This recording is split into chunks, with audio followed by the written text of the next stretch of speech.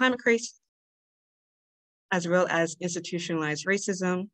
And yeah, so we're not the only ones throughout the US doing this. And this is a particular interesting experience where we have climate advisory groups. And climate advisory groups are a paid focus group of residents who are advocating for more resources and uplifting neighborhood pride, and also educating people about the climate crisis and how that intersect with their livelihoods.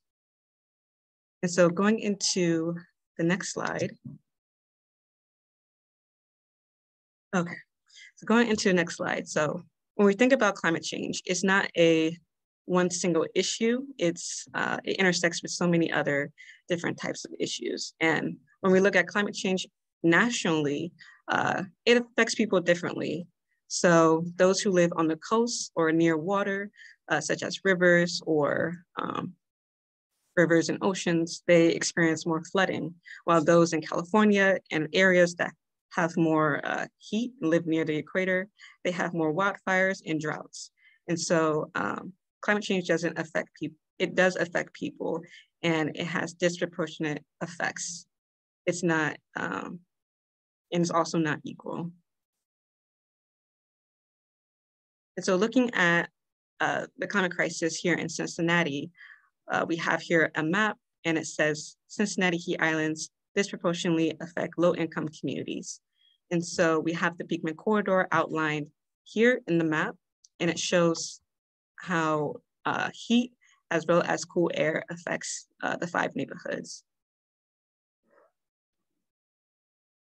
And then the next slide here, we have the estimated storm runoff value by block group.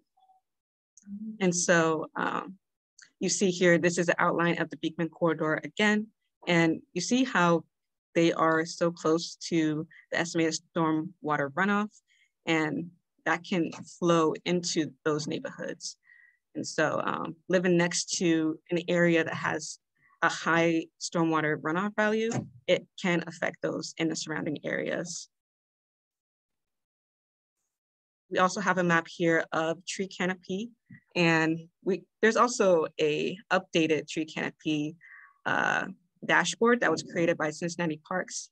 And this was taken through the University of Vermont Spatial Analysis Lab. And we have outlined here Beekman Corridor and just how much tree canopy is located within a neighborhood. We also have reported sewer overflow value. So the Beekman Corridor outlined here has a high sewer overflow volume. And if you remember before, it had a high runoff value as well, being close to areas of that nature. So something to take into consideration in thinking about moving forward is just how vulnerable the Beekman Corridor is to high heat as well as flooding as well. And that all comes together with what we're going to be talking about today is how to combat that and mitigate those issues. And lastly, we have a slide here about landslide exposure. So the Beekman Corridor is also listed here as having a high landslide susceptibility rate. And if you remember back in the other slides, flooding can bring a lot of landslides within that neighborhood. And so it's good to think about visually how neighborhoods are impacted. And this is another slide about the landslide susceptibility with Beekman Corridor, and outline here neighborhoods such as North Fairmount is very susceptible to landslides.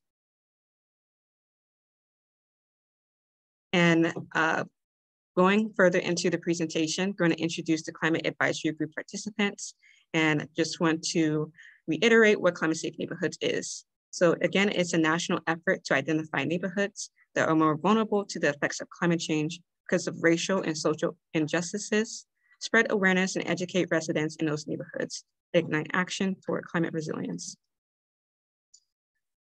We also have some goals within Climate Safe Neighborhoods, and that is to educate residents around the climate crisis and explore and communicate that relationship. It's also to support residents' capacity to self-advocate for more equitable distribution of resources, develop and implement short-term mitigation measures for extreme heat and flooding, as well as the impact policy to prioritize equitable climate resiliency. And now I'm going to hand it off to Savannah Sullivan. Ooh, actually, not just yet. I'm going to introduce Groundwork and our role, and also I'm going to hand it over to Savannah afterwards. So Groundwork is where justice, equity, and the environment meet. We work within Greater Cincinnati, working with youth throughout the city to build more, to have them work on conservation projects throughout the city. And it's also an employment opportunity for youth to not only get paid, but learn about their environment and bring change throughout their neighborhoods. We also have a lot of other programs as well, one being Climate Safe Neighborhoods that work within environmental justice. And so now I'm going to hand it off to Savannah Sullivan, who's going to talk more about what Climate Safe Neighborhood Partnership is and what that looked like. Hi, everyone. Great to see you all, both virtually and in person. So I'm just going to give an introduction to the Climate Safe Neighborhoods Partnership. And this is a partnership between Groundwork Ohio River Valley and Green Umbrella here locally to implement these climate advisory groups across the city. And as I'll describe in a minute, regionally as well. But what these climate advisory groups are groups of community members in specific neighborhoods that are particularly vulnerable to climate impacts and highly exposed to climate impacts, as the maps just indicated that Kelsey presented on. And the goal of our climate advisory groups are to raise awareness about the climate impacts, actually create climate resilience plans that are led by the community members themselves, engage communities in government climate planning. And so what that means in Cincinnati is the Green Cincinnati Plan. This effort was created in partnership at the very beginning between the city, Green Umbrella, and Groundwork Ohio River Valley. And we have had University of Cincinnati as an academic partner who has performed an evaluation to indicate the success of our pilot, which was in Lower Price Hill in spring 2021, as well as our second climate advisory group this past winter, which was in Bond Hill and Roselawn. A little bit about Green Umbrella, just for those who aren't familiar. We're the Regional Sustainability Alliance in Greater Cincinnati. And so we serve the 10 counties you see here to your right. And we support a number of initiatives. My program, of which I'm the Climate Policy Director, is the Climate Policy Program, imagine that. And we work with local governments across a 10-county region, including City of Cincinnati. So that's why we're very excited to be engaged with the Climate Advisory Group process this year. We also have a number of initiatives, Common Orchard Project, Greater Cincinnati Regional Food Policy Council, Tri-State Trails, and they all in Cincinnati 2030 District, which work with specific stakeholders to elevate sustainability and equity issues. And we also host a number of events.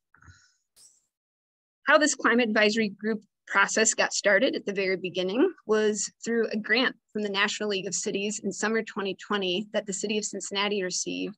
And this helped us kick off and plan the pilot in Lower Price Hill.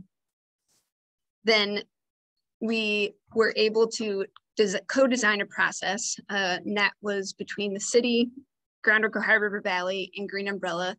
And as you will hear from our community members here shortly, outlined what we actually do in the climate advisory group, but we really follow the residents and their experience and their expertise for their communities. And that's what guides this process and informs the Green Cincinnati Plan of which solutions should be implemented specifically in neighborhoods, and also identifies the actual impacts at the block level that community members are experiencing. So here's an outline of what a climate advisory group looks like. This is the agenda from the Beekman Corridor Climate Advisory Group that began in late May and ends with the community showcase that we're attending right now.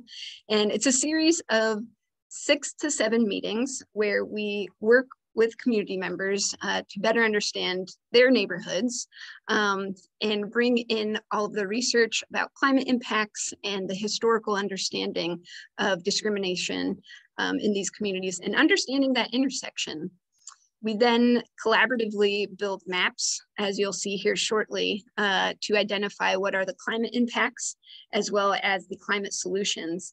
And the really exciting stuff is when we work with the community members to really understand what would be the best resilience action and policy and political action to attend to the issues that they care about most. Not only do we create maps of these climate impacts, we create a map of the resilient solutions, and we create recommendations that get built into the Green Cincinnati Plan itself. So these are our members of the Beekman Corridor Climate Advisory Group. We had a hybrid session this round. The last two climate advisory groups were done 100% virtually.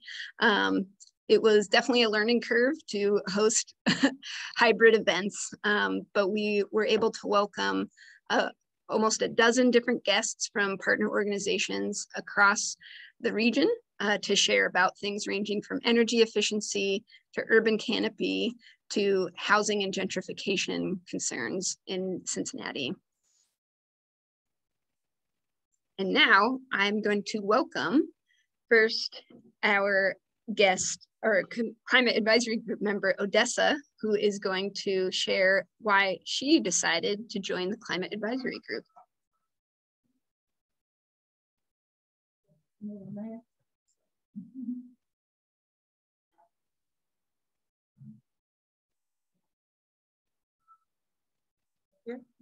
Okay, thank you. The question is why? Years ago, a very prominent city official told me during a conversation that global warming wasn't real. Since then, I've continued to see horrific events take place due to climate change, not only in our country, throughout the world. Global warming and climate change is real, it's very real. CAG and the Beekman Corridor was introduced to me in May of 22. I wasn't aware of the program at all, of this nature basically, and I'm glad that I joined. My takeaway are my goals: to assist in strategic planning and stability for my children, my grandchildren, and my great-grandchildren. You, I have been charged to do something now. We must equip ourselves now to continue being resilient. We can't give in. We must act. This is my reason for joining CAG.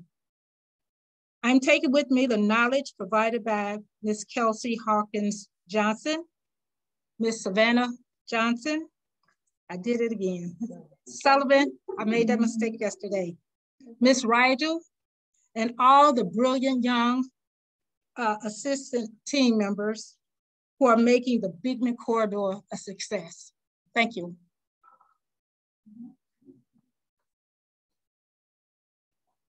And I'm next going to welcome Anthony.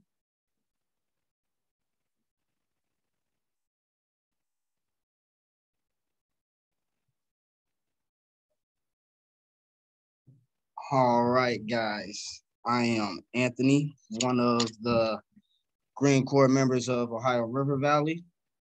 And why I joined is because I feel like we need a change. And with a young person like me, I feel like we could get more of the youth involved. So if we can do that, then I'm pretty sure we can also make a change together as one. And working with Groundwork, I like the job that I do, and all the work that we do does not go unnoticed. And it's very pretty, all the things that we do when we get done with it. So I want to help out with the Beekman Corridor and get everybody, acquainted, and want to establish some raised beds and some gardens around here. So That'd be nice. All right, next up, we're going to do Darlene from Fairmount.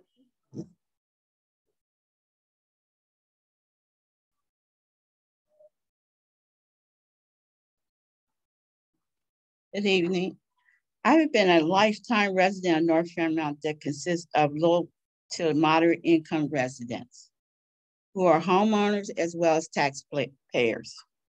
North Fairmount, which is a part of the Beekman Street corridor, is about 80% Black.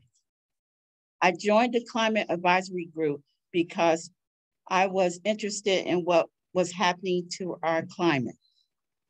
With the excessive amount of rain causing flooding in our homes and street erosion on our property, extreme heat in the weather, poor air quality caused by diesel and fossil fuel, along with other climate concerns. I became resilient to the problems that existed in North Fairmount regarding environmental issues, such as the deteriorating streets, weeds and trees not being cut, which are on city property, junk cars, poor lighting near bus stops and streets that get ignored by our city leaders and our elected officials. I was invited to come and listen to the facilitators of CAG, who conducted a six-week course on climate change. I was enlightened on the ways to make improvements on environmental issues and how to provide a means to quality living. I would like to inform our other residents about how trees can prevent or improve our air quality and one's health, can stop hills and houses from sliding, and prevent soil erosion on resident property. Missing bus stops when the weather is extremely hot, and provide community and rooftop gardens to better our health. Thank you. Thank you so much. And now we're going to hear from Ms. Donna.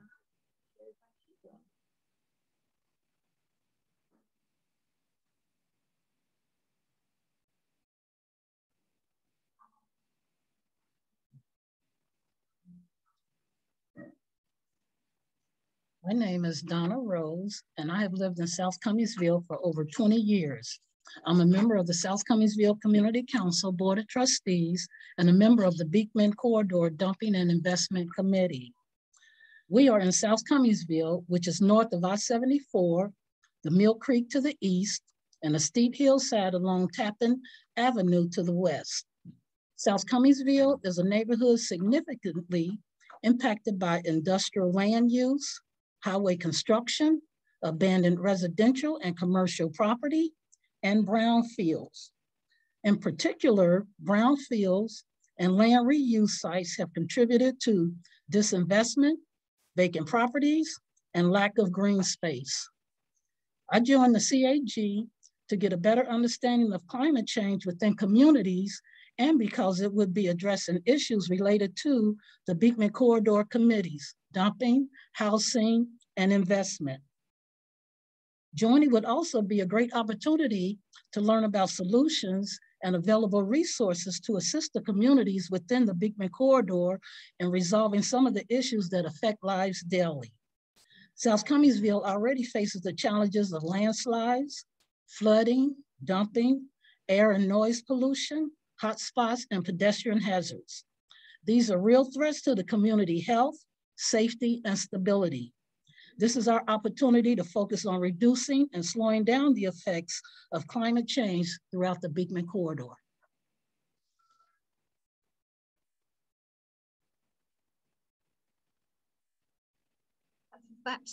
Thank you, Climate Advisory Group members. It's so inspirational to hear, not only why they showed up to the first meeting, but why they continued to show up for the last 7 weeks. And we've really enjoyed getting to work with all of them. So next, I am going to invite Miss Wilma, who is going to share her history, her perspective on the history of the region.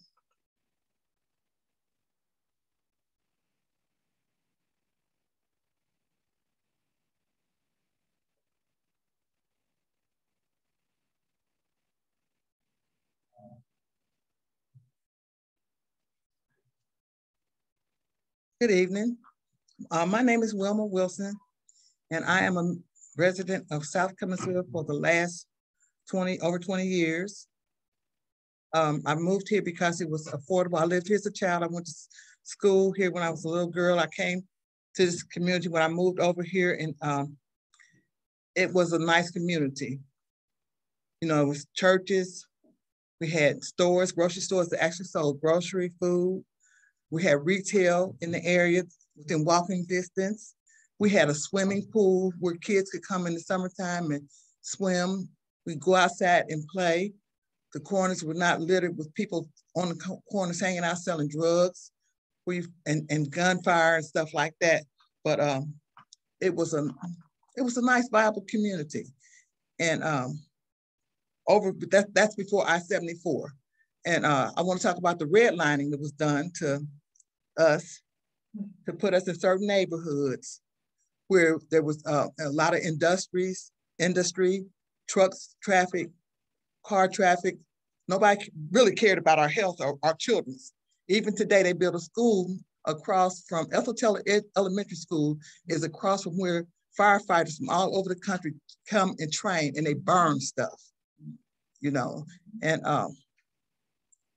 we got a high rate of poverty. I think it's like 71% of the kids in this neighborhood live in poverty. There's not a lot of jobs over here. You have to have you know, the bus is pretty good, the bus transportation and stuff like that. But I don't know. It's just so much needs to be done.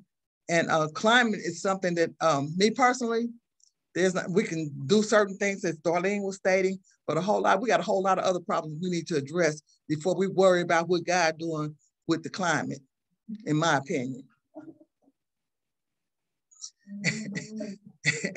And you know, I'm glad to be a part of this group, and I've learned a whole lot of stuff from the people who have been in charge and speaking about it and stuff like that. But I just think that we need to spend our money on something that's going to really make a difference. The housing, the drug addiction, the alcoholism, things that's running rampant in our neighborhood that's bigger than the climate. That's all I got. Thank you very much.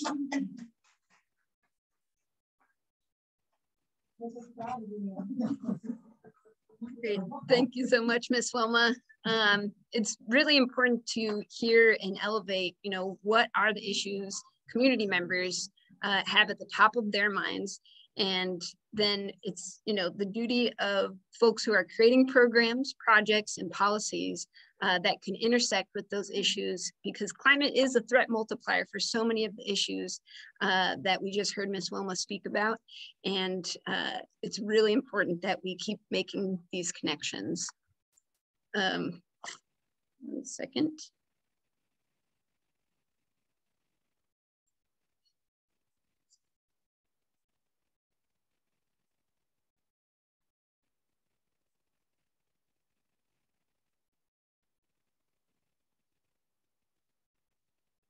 Apologies, we had a technical issue.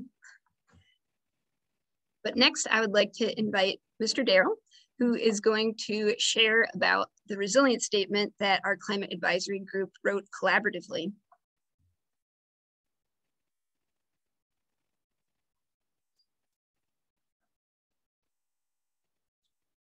Hello, Darrell Franklin, lived in North Fairmount since 1967. Raised kids there, married a woman there. Joined the Navy, came back there. Went to college, graduated, all while I was in Fairmount. And I retired from 30 years of sheet metal work. I'm here because I really just came on a lark with a friend who invited me. But when I got here, I discovered that I should have been here probably a long time ago, as probably I'm hoping quite a few of you understand the seriousness of the climate change that we're experiencing. This resilience, a lot of people I don't think understand is people's ability to recover from what happened to them, whether it's climate change or any other good or bad circumstance. And myself, I listen to the news about climate change and everything that's supposed to be happening, but I never thought there was anything that I could do about it. And if there was something I could do about it, it wouldn't be much effect for whatever I did. But I got in this room with all of these people, and I found out they got an organization of people who are dedicated to this cause. They got a plan, they got organization, and they got skillful young people who seem to know exactly what it takes to do this. They just need people, because almost in anything that you endeavor in America, you either need a lot of money or a lot of people. Seems that they got some money, but it ain't enough to offset not needing a lot of people. Guess I'm getting a little long-winded here. So I'm going to do what they asked me to do when I got here, was to read this resilience statement. Resilience involves the ability to recover and rebound from challenges and setbacks. The challenges are real and impact the Beekman Corridor negatively. Although we have no control over climate-induced threats to our well-being, we must stay informed and develop strategic plans to decrease the harmful effects on our lives. The dream for the Climate Advisory Group is to make our and other communities a better place to live in now and in the future through facilitation and collaboration. We must take steps vitally needed in order to envision this as a reality. It starts on a personal level in our homes, spread throughout the communities, our city, state, and country, in order to have a sustainable planet for future generations.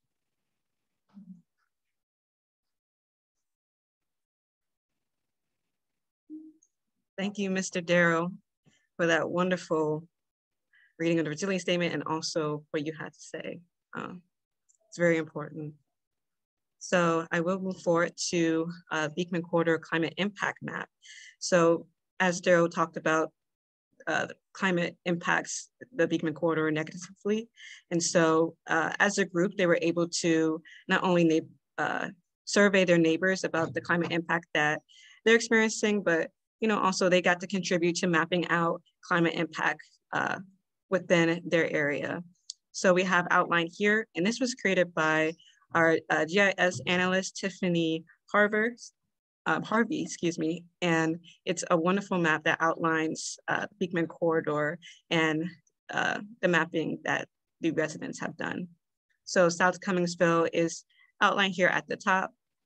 It shows where there's a lot of traffic noises, as well as areas where that area has the worst case of breathing and air pollution. There's also areas outlined here that are notably hotter that they have observed. And we did talk about like landslides and being susceptible to that. And so that's outlined here by the residents. And so it's important to use resident knowledge because they have all the knowledge about their neighborhoods. It's not just Google Maps. So I think it's important to outline their knowledge and also their experiences. And that's what they did within the climate impact mapping. Millville is here where they outlined where there's a lot of high noise pollution, as well as pedestrian hazards and poor walkability. And English Woods is here, and it also has pedestrian hazards like a dangerous intersection and observed landslide risk. And over here on the right-hand side, we have North Fairmount, and it outlines observed landslide risk, as well as pedestrian hazard and poor walkability. And it's interesting that there is a poor walkability and pedestrian hazards around areas that's noticeably hot in an area, as well as reported flood occurrences. So it's all around this area here. And same thing with observed landslide risk. And lastly, South Fairmount, they've identified a brownfield within the area, as well as where it's noticeably hotter within South Fairmount. So we use mapping activities within climate advisory groups and residents' knowledge to build onto the climate resilience plans and informing, the history lesson and education around what climate is to inform the next stages of resiliency. So now going to talk about key takeaways. So I'm happy to introduce Ms. Sandra, who is here today, and she's talking about a key takeaway and impact from participating in the climate advisory group.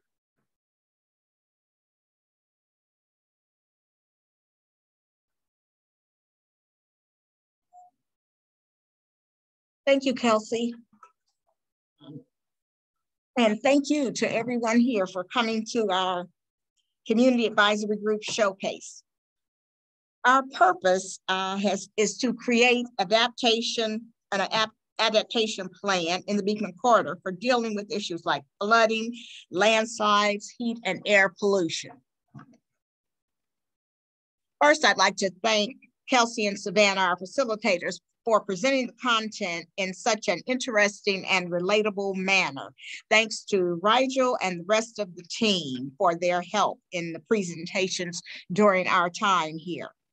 I was excited to have the opportunity to participate because South Cumminsville and the Beekman Corridor are referred to as underserved communities, but I feel like we're forgotten communities. It seems like we don't get resources from the city. No one is planning anything for our betterment. So it was a privilege to come and be able to speak out about what we feel our community needs and what can be done. They brought in speakers for us, one from the City of Cincinnati Office of Environment and Sustainability to talk about the Green Cincinnati Plan. I'm sure you'll be hearing more about that. And it's the community's vision for dealing with such things as extreme weather and climate equity. This leads me to my 3 takeaways. We've heard a lot about resiliency, and we're all resilient to some degree, but as it relates to climate, resiliency is our ability to recover and rebound from challenges and setbacks from climate-induced threats to the environment. And I have found over the last few years that I am extremely vulnerable. I've had flooding in my basement, and it's taken me years to get the basement in order, and the estimates I was given was just an insurmountable money. But the bad thing about it, it keeps happening. You get straightened out from one flood and then there's another one around the bend. So I was very glad to learn about climate resiliency. You've only to look to the people in Goshen to see what a serious threat climate and weather is to the community. And residents with little or no resources are particularly vulnerable to these types of things, and takes longer to rebound if you have no insurance or limited resources. Being resilient requires planning at the individual level as well as regionally and globally. Underserved communities have less services available. We would love to have a spray park for the children and anyone really to cool off on hot days. Life expectancy here is shorter, and that was really an eye opener. In South Cumminsville, life expectancy is 71.6 years, while in South Fairmount, it's 66.1 years. We have a high incidence of high blood pressure, diabetes, and asthma. There is a tendency toward high exposure to lead paint, proximity to water pollution hazards, and air pollution. We have to develop measures for mitigating these hazards. And some of those are trees and gardens. South Cumminsville has a garden that I'm sure Donna is very proud of. She works as the chairperson of the garden committee. and they do a great job in helping the environment. Trees promote good air quality. Another adaptive solution is green infrastructure, increased water supply, and water retention. We can all do something. That's my second takeaway. I think Daryl said we can't do it all. We can't do a lot. We're not millionaires, but we can all do something. And the first thing we have to do is to decrease our own carbon footprint. How can we use less energy?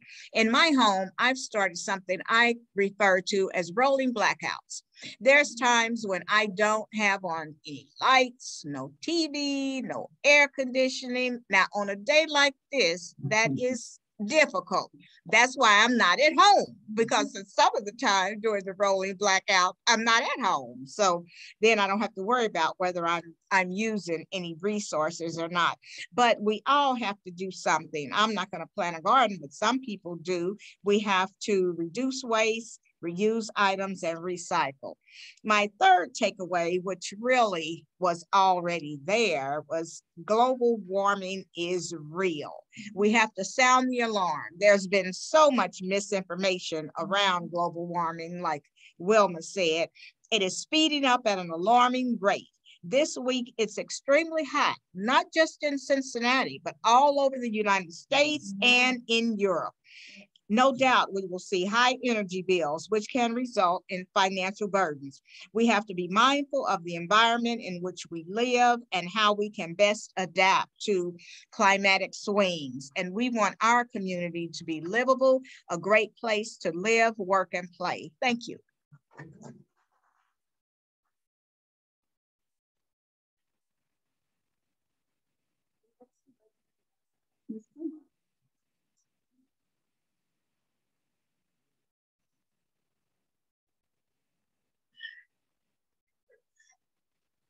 Good evening, everyone. I'm Pamela J. Adams. I'm president of North Fairmount Community Council. And my subject is about the asbestos. Now, before I begin that, I'm gonna tell you where it all starts from. As I was a little girl, and I used to come up on the bus from Addison, where I was born at, and we would come through State Street. And State Street and Lower Price Hill has always been just terrible with smells and everything else. And if you wonder why the west side of town on North Fairmount, Westwood, and all over the north side, while we're all being sick with asthma and different sicknesses occurred because of what the foundries was doing long time ago.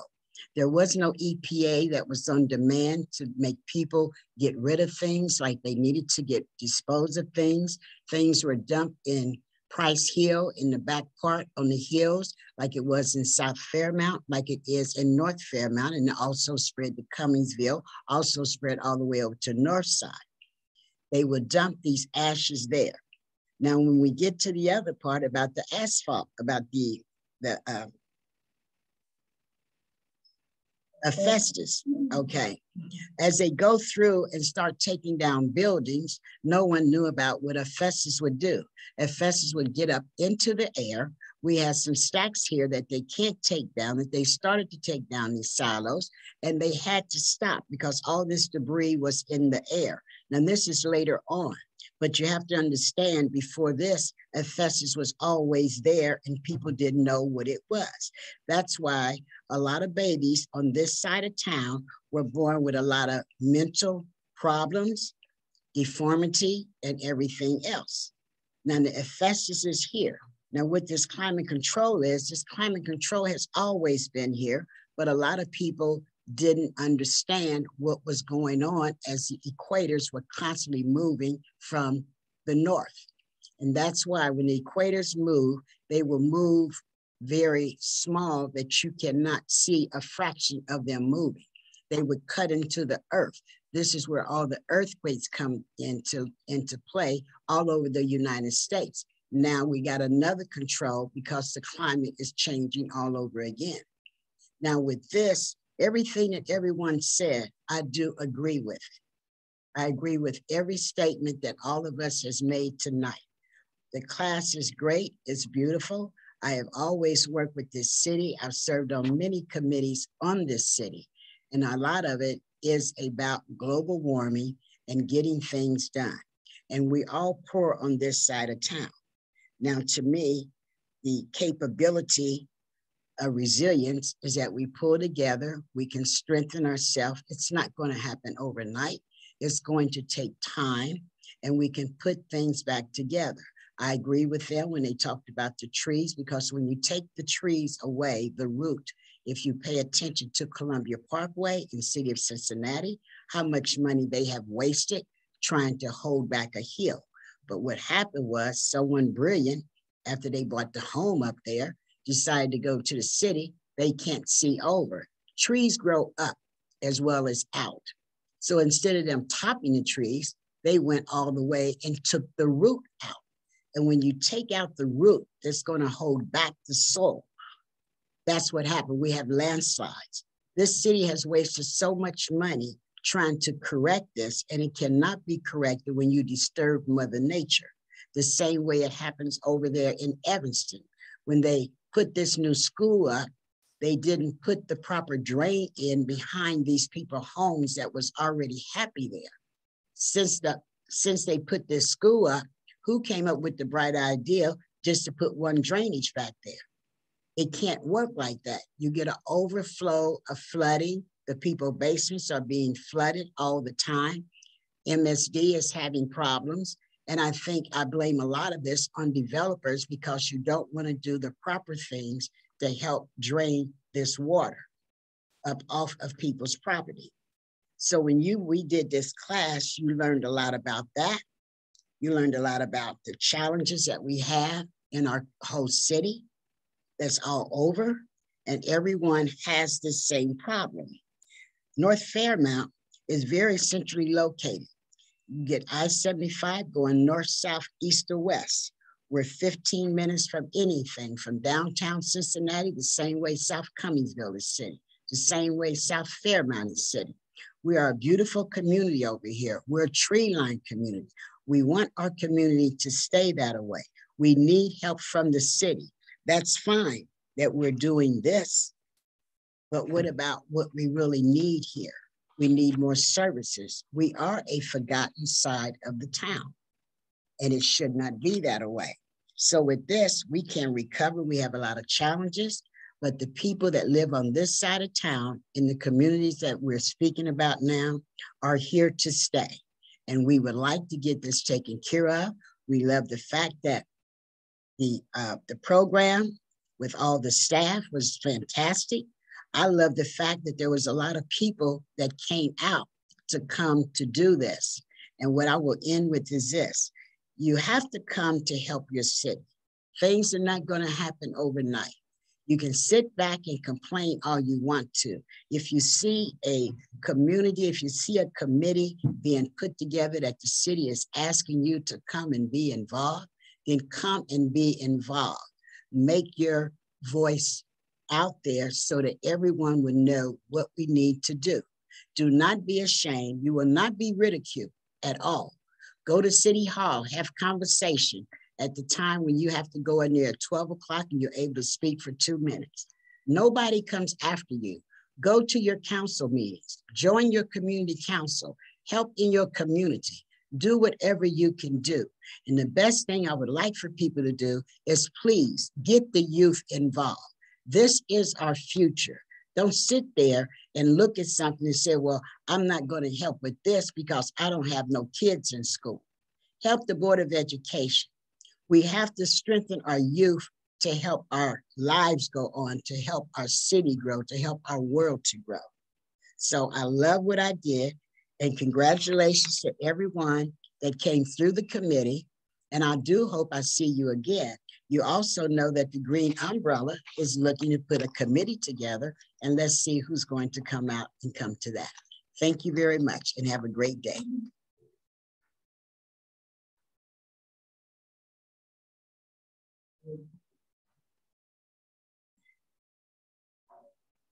So that was a call to action by Ms. Pamela. And moving into resiliency and next steps, I'm so proud to introduce the climate resilience plans that each resident have participated in based on their neighborhood. So we have first here the South Cumminsville Climate Resilience Plan. And this is also physically on display in front for those who are in person. But if you're looking at this right now, they have identified where they would like to see more green space as well as a community garden. They also have identified where they would like to see street trees. And this is all resident needs and everything that they have produced throughout their time and learned throughout the session. They have created this final climate resilience map to be implemented and called forth by residents as well as for developers and those who work in city officials to uplift these plans. We also have Millville here. This was created by Millville residents. So they've identified community green space as well as a proposed green roof. And green roofs are to help reduce storm water runoff as well as reduce air pollution. They also identified some street trees. And then we see here asphalt sealant as well. And missing bus stops. Next, we have the English Woods Climate Resilience Plan. So they've identified a community garden as well as a community green space. And lastly, they have proposed street trees. And this is along the Westward Northern Boulevard. And lastly, we have North Fairmount Climate Resilience Plan. And they've identified misting bus stops, street trees along Cummins Street, as well as community gardens where that could be located. And then, as well as rain gardens. And rain gardens help to reduce stormwater runoff as well and flooding. And as you heard from North Fairmount residents, there is a lot of flooding within North Fairmount as well as landslides. So rain gardens are helpful climate mitigation strategies to help reduce that. And I also want to acknowledge that South Fairmount Climate Resilience Plan is not on here, and that was due to the fact there's not a lot of South Fairmount residents who were a part of the climate advisory group. But I will, I look forward to working with South Fairmount residents to implement their climate resilience plan and working with leaders within that neighborhood. And now I'm proud to introduce Mr. Derek, who will be talking to you all about next steps in the future of the CAG.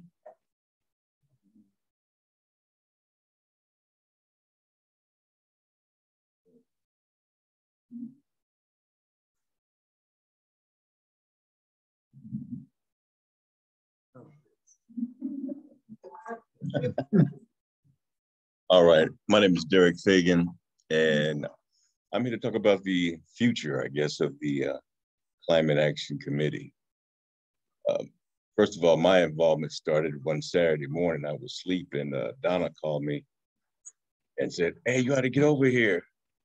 We got something you ought to see." So I came over to the meeting, and the young ladies from UC and the Green Umbrellas, they had a nice presentation, and it exceeded my expectations of what was happening in the area. I didn't realize that flooding and green space was even on the table to talk about.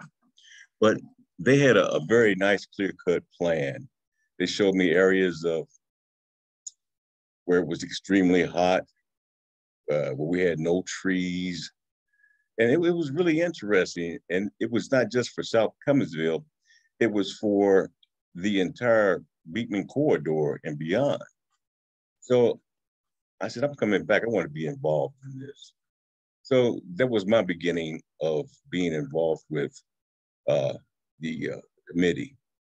And also the entire area is traditionally redlined as Donna and Wilma put forth. And the red line is kind of like why we're in the position we're in. They talked about the past, how nice it was in South Cumminsville, Fairmount, Millville.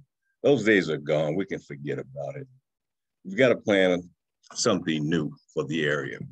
The northern part of South Cumminsville is basically a desert. There are no stores. The ODOT, the Ohio Department of Transportation, has decided that they were going to add an on and off ramp to 75 South to 74. Well, that was fine, except for now, there are no trees. There's no vegetation. It's extremely hot in South Cumminsville. I should say North-South Cumminsville. And that's an issue. Also, some of the issues that my group came up with were flooding, housing, gentrification, green space and trees, energy efficiency and renewable energy, mobility and transportation. I think all the members of the committee kind of hit on every one of these. They talked about the flooding. Okay, we need help. Housing and gentrification. At this point, I would tell everyone, if your family has a house in any of these neighborhoods, do not sell your property. Keep your property, because in America, the only thing worth anything is property. Now, we've been red line, but now it's time for us to be gold line. We've got to move to the next level. Now, to paraphrase a former United States president, he said this a little differently. I'm going to say, ask not what your community can do for you, ask what you can do for your community. And that's why I'm here. I'm here to help my community and every community up and down the west side of this corridor. We've been neglected for decades, not years, decades. We need help. We need the youth of these areas to come out and help us. If we can get some help, some of the youth on these committees to train them for the future, we'll be all right. The green space and the trees, they're lovely. They're gonna come. Energy efficiency and renewable energy. Well, there's a fight now because this guy named Manchin in West Virginia, his family owns a coal mine. And he's one of the main people who does not want us to go to renewable energy. And as you can see in Congress, or should I say Senate, he's been blocking everything the president has put forward. Now also mobility and transportation, real fast. This is a nice neighborhood, but there's only one bus that comes through here. If we had an alternative, it would be fine, but the 27 comes through here, goes the north side. Nothing can go straight up Beekman, up Kroner, nothing. We need a little something extra. Now, people ask about the bus stops. Can we get something to keep the sun off us? Yeah, we can, but we need something that's durable, no glass. It's got to be open. And because youth will break the glass, the face, we just need a roof, something open, and that'll be fine. And also, we were talking about how back in the day, you could get anything you wanted to in these neighborhoods. You get a diamond ring, you could buy a car. It's all gone. But hopefully you'll be able to buy some food, because we've got 1, 2, 3, 4 places in the community. I can get a beer anytime. Okay? So with that being said, I want to thank everyone that has taken part in this community and the committee. And hopefully, since I'm going to try to get on this other committee to help out. God bless everyone, and we're going to move forward with everything that we've planned. Take care.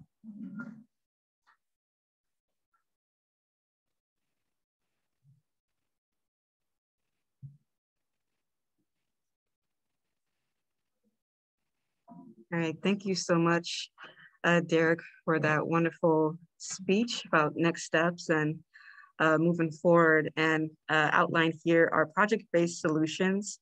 And these are climate mitigation measures. And it doesn't stop here, with the project-based solutions. There's also, communications and conversations to be had about this. So street trees is one, rain gardens, more green space, community gardens, cooling bus stops, asphalt ceiling, green parking lots, and green roofs to help to reduce air pollution, flooding, as well as to cool off the area as well. And before jumping into this, I did want to talk about some other next steps that is going to be happening with the Beekman Corridor Climate Advisory Group. As the Climate Safe Neighborhoods Partnership, we're excited to continue the engagement with these wonderful local leaders who have come forth to be a part of the Climate Advisory Group. This looks like communicating with community councils and advocating for the climate resilience plans to be adopted, and also continuing to listen to what they have to say about their needs and prioritizing that, and also involving more youth and green infrastructure projects to reduce the climate crisis within a neighborhood. Some other next steps include conversations, and we talked about different modes of action within the Climate Advisory Group, and that looks like communication, education, and advocacy. Those were outlined through our meeting and was uplifted as important to educate what the climate crisis is about to youth and to other residents, as well as to advocate at the local level, national, and policy level here within the city. And with communication, you know, just spreading the word about what this group is and what climate is, and just connecting and what they said in the resilience statement, collaborating and facilitating. And so I'm going to pass it over to Savannah Sullivan, who's going to introduce another next step that we're excited about as a Climate Safe Neighborhood Partnership. Thank you, Kelsey. And I'm just going to share a slightly different image that wasn't in our presentation, and wanted to just highlight that one really exciting next step is the fact that we have a lot of buzz, not only within our Beekman Corridor, within our city, but we have buzz in our region and across the country. If you've been reading the news about climate legislation and funding opportunities that are available through the federal government and national philanthropies, there's a lot of opportunity to draw in resources to greater Cincinnati, and this can then be micro-targeted to the communities that need resources the most, such as Beekman Corridor, as we've heard from all of our Climate Advisory Group members. And so we wanted to highlight that another regional initiative happening is called the Regional Climate Collaborative, and the Climate Safe Neighborhoods Partnership is going to be a key component of this collaborative in order to emphasize the principles of listening to community members and engaging equitably in a way that not only lifts up their experience and their expertise, but builds their voice into decision-making processes. We are launching this Regional Climate Collaborative tomorrow virtually at 1 p.m. So everyone's invited.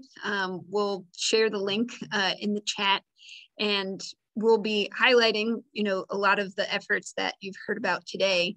And this is for communities across our 10-county region. So how can we elevate the type of leadership that we've seen from Beekman Corridor residents to communities in need across all 10 counties? And how can we work together to bring in resources from the federal government, from the state government, and from philanthropies to fund the great ideas that we heard here tonight from our Climate Advisory Group members. So with that, I'm now going to bring it back to Cincinnati and pass to our Sustainability Manager at the Office of Environment and Sustainability, Ollie Kroner. Hey, everybody. Thank you, Savannah. Thank you, Kelsey. This is really cool. It's really cool to participate in the showcase and hear from all these community members, hear from you all about the history of the neighborhood, the evolution, the challenges today, and how you think about solutions and taking action. And that's the point, right? I think in our city level climate action planning, the more we can empower community members to understand how to approach the needs that they identify and line up the resources to make that happen, the further we'll go, the more this is a win. If we haven't met already, I'm Ollie Kroner. I work in the Office of Environment and Sustainability with the city of Cincinnati, we are primarily focused on the climate crisis and how it will impact government, how it will impact quality of life for residents, how it will impact communities, and then what we're going to do about it, which is enshrined in our Green Cincinnati plan. We've been doing Green Cincinnati plan since 2008. The first time we measured our carbon emissions and developed a plan for addressing the climate crisis. But in these, 14, 15 years, I think our understanding of what the climate crisis looks like, what it looks like in Cincinnati, and the politics of it have changed pretty significantly. And so city government has found the need to update every 5 years to keep up with these changes. We most recently passed the 2018 Green Cincinnati plan, and you do the math, 5 years would put us at 2023 for our next update. So in March, Mayor Aftab introduced a motion to update this plan. We had a good idea that it was coming. So we'd been doing a lot of work in the background, including climate safe neighborhoods, these community conversations, developing community level understanding of what climate change looks like for our neighbors and what the people closest to the problems see as the solutions. And we've paired that with what we call the Climate Equity Indicators Report, which is a more data analytical approach to understanding the way different problems present across the city, different types of vulnerability that different individuals might experience. I think I heard Ms. Pamela talk about life expectancy and someone else talk about asthma. There are big differences from one community to another. And as we heard, city government has played a role in creating those problems in redlining, in the design of highways that have chopped up some of our neighborhoods. And so here we are today thinking very intentionally about how to correct those mistakes. And as part of this work, we asked Green Umbrella to do an analysis of what other cities around the country are doing. And that's our climate equity benchmarking report that you see here. So all of these are important ingredients that will give shape to the 2023 plan. Next slide, please.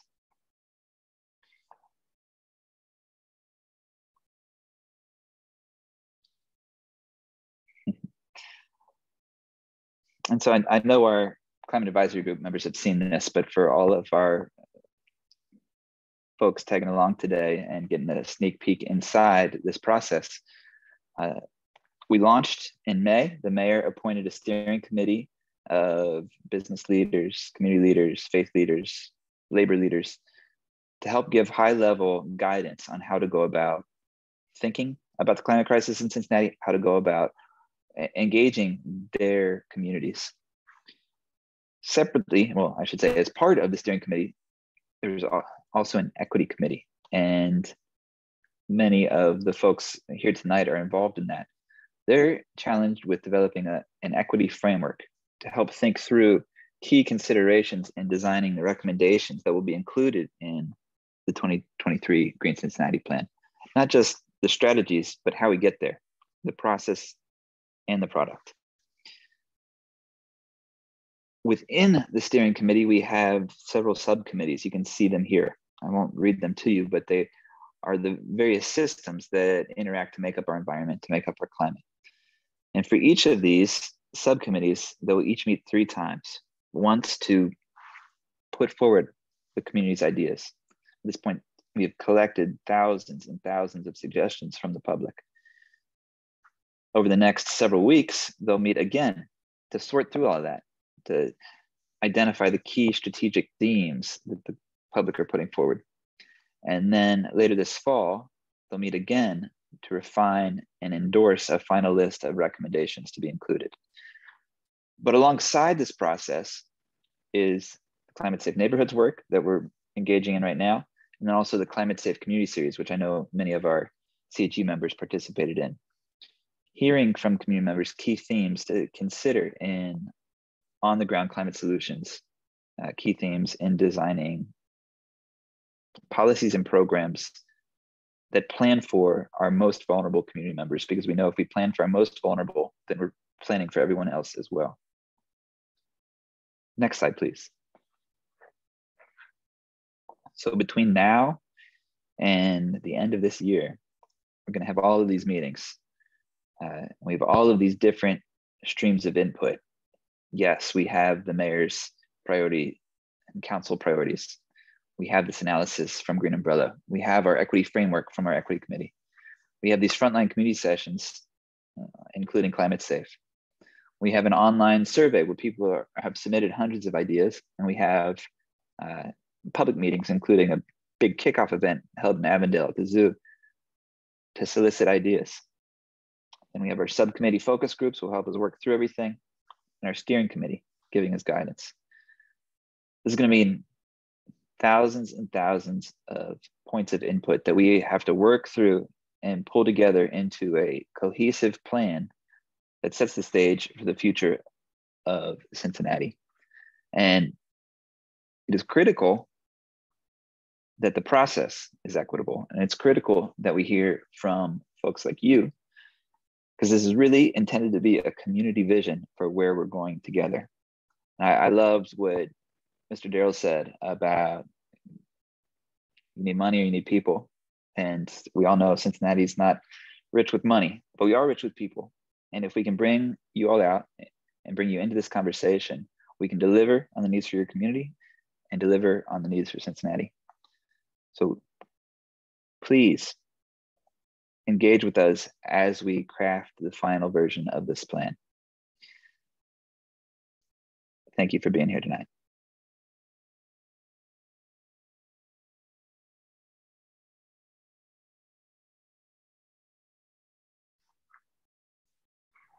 Great. Thank you so much, Ollie. So we have a hybrid event right now. So the Q&A is going to be a little different than usual. We are going to first accept if there are any questions submitted online. And please submit them in the Q&A box and we'll answer them. And then in about 10 minutes, we're going to close the Zoom and then transition to in-person Q&A here at Working in Neighborhoods. So let me first open up our Q&A. And I'm going to invite Kelsey up, who will be our Q&A facilitator.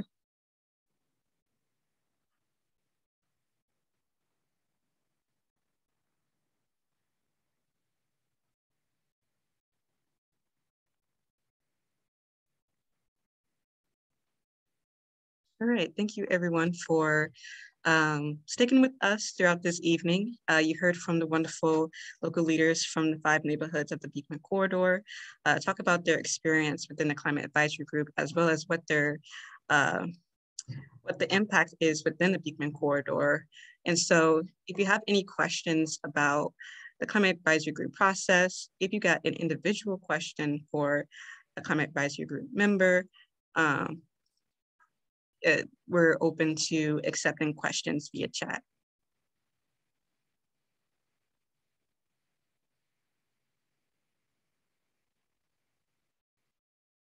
So we did get one question. This person has said, I'm learning a lot, especially climate impact observations. I might miss some of the presentation. The communities also develop like short-term, medium, and long-term actions. So thank you so much for that question. So within the Climate Advisory Group, we're working on short-term mitigation measures, which looks like green infrastructure, like rain gardens, cooling, misting bus stops, as well as community gardens. Some long-term actions, it's an ongoing process.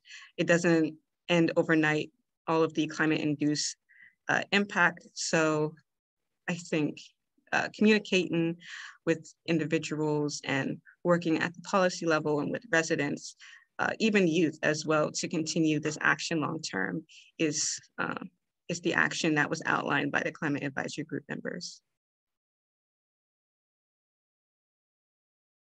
We also have another question here, and this is for Anthony. Oh, I'm sorry. Okay, so we have another question here that says, how will youth be engaged in the Green Cincinnati plan? And this is a question for Tanner. Thank you, Kelsey. So potentially you heard me talk about it at the top, and you may or may not know that Cincinnati is home to one of the nation's largest youth green workforce programs and the largest in the country focused on environmental justice and climate change equity.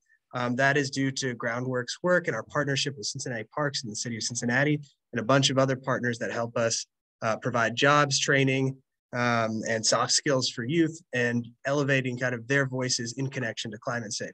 So a lot of those polygons and dots on the map and so forth that we saw with the community resilience plans, we hope to put our youth green workforce to work on those plans as they're doing in communities that have already gone through this process.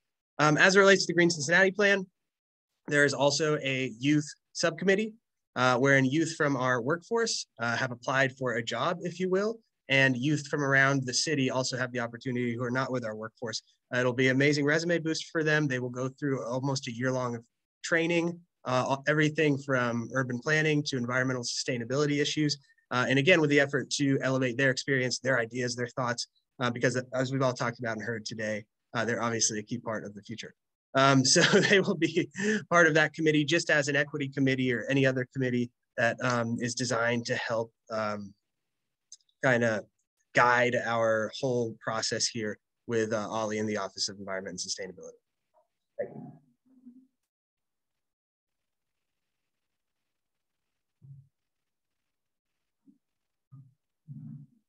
All right, thank you, Tanner, for answering that question.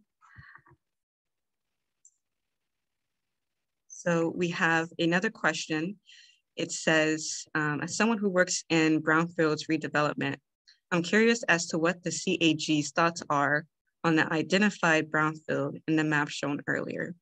So this person is referring to the brownfield that was identified in South Fairmount. So if anyone here has any thoughts about around brownfields.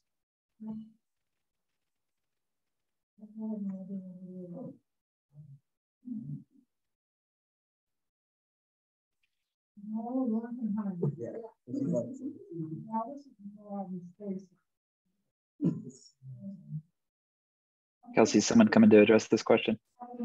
Yes. Okay.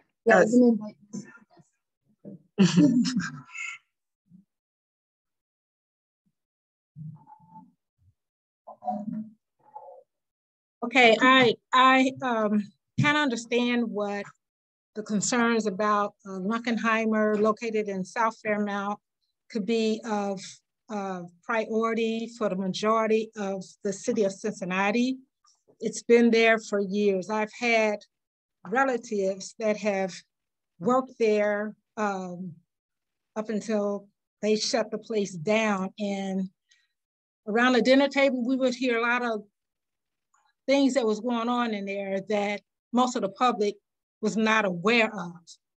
But, excuse me, I guess since then, the building is still standing there. There must be something really, really wrong there, that we don't have enough funds, allegedly, to get rid of, so to speak. From my understanding, there have been so many families impacted by working at Luckenheimer that hasn't come to light yet for health reasons. Many people have died from that. I had 2 uncles that worked there that mysteriously got ill. We never had any understandings as to what took place, but the family itself figured it was about the job, okay? So I understand the seriousness of the situation. I would like to, for someone somewhere that's well aware of it, do something about it, because it's still hurting people. It's hurting us that live 3 streets away from Luckenheimer. I walk past it all the time, drive past it.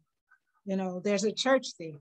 There's a serious problem with Luckenheimer, and basically that's all I can say, and I hope you understand what I'm saying. Thank you.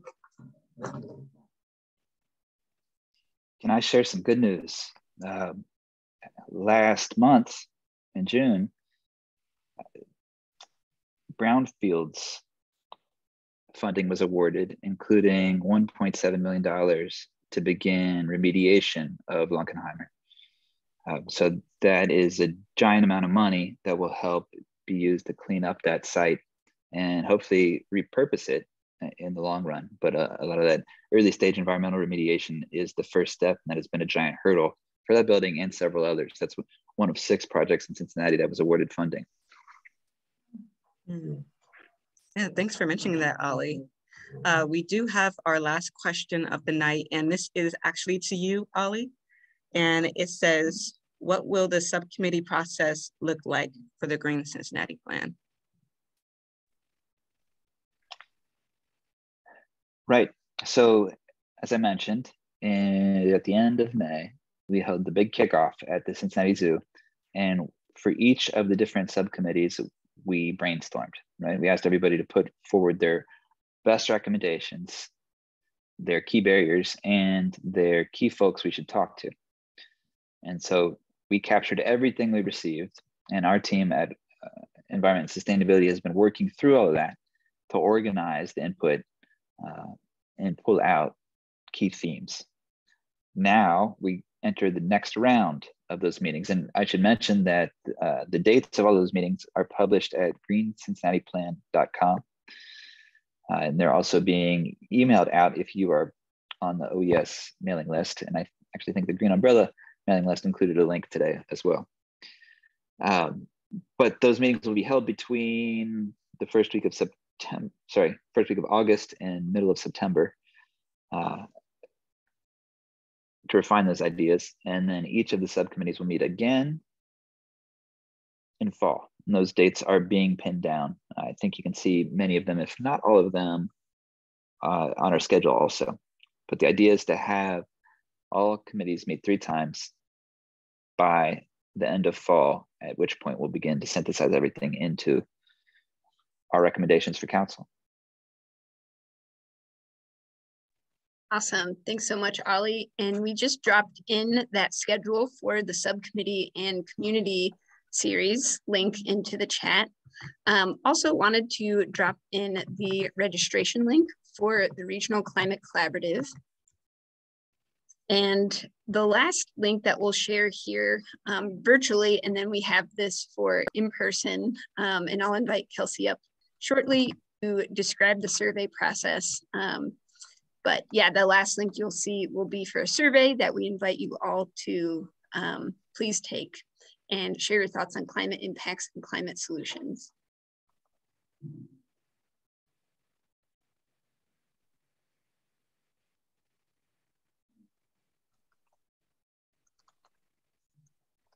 All right, so with this survey, as Savannah said, you are identifying climate impact and also listing out your neighborhood. We are giving out $20 gift cards to Beekman Corridor residents who participate in the survey. So Savannah is going to drop the online survey, and we also have physical surveys for those who came in person and working in neighborhoods. So if you got any questions about that, feel free to reach out to us for those who are in person. If you are online and if you have a question about the gift card and anything that is listed in the survey, my information is listed at the top of the survey. And so in saying that, just want to say thank you so much to everyone who came out tonight to be a part of this special evening with the Climate Advisory Group residents. It was a special journey that we had for 7 weeks, and I'm very thankful to have met so many wonderful local leaders, and it doesn't stop there with our engagement. So thank you all so much for coming out tonight. And for those who are in person, we will be conversing ourselves with you afterwards, and you are free to take a look at the climate advisory plans, as well as talk to us and ask any questions. So thank you all so much for tuning in, and have a great night. Thank you.